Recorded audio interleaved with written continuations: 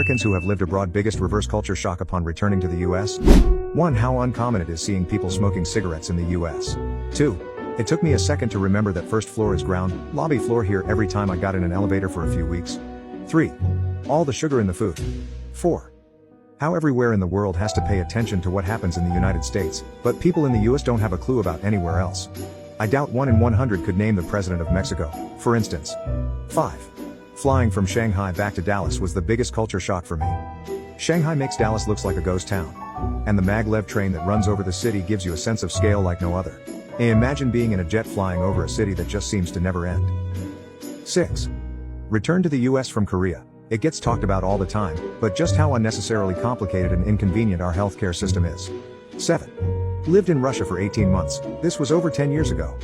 When I came back to the US, I spent a week in NYC and was taken aback at how nice everyone was and how shitty the subway is. 8. Return to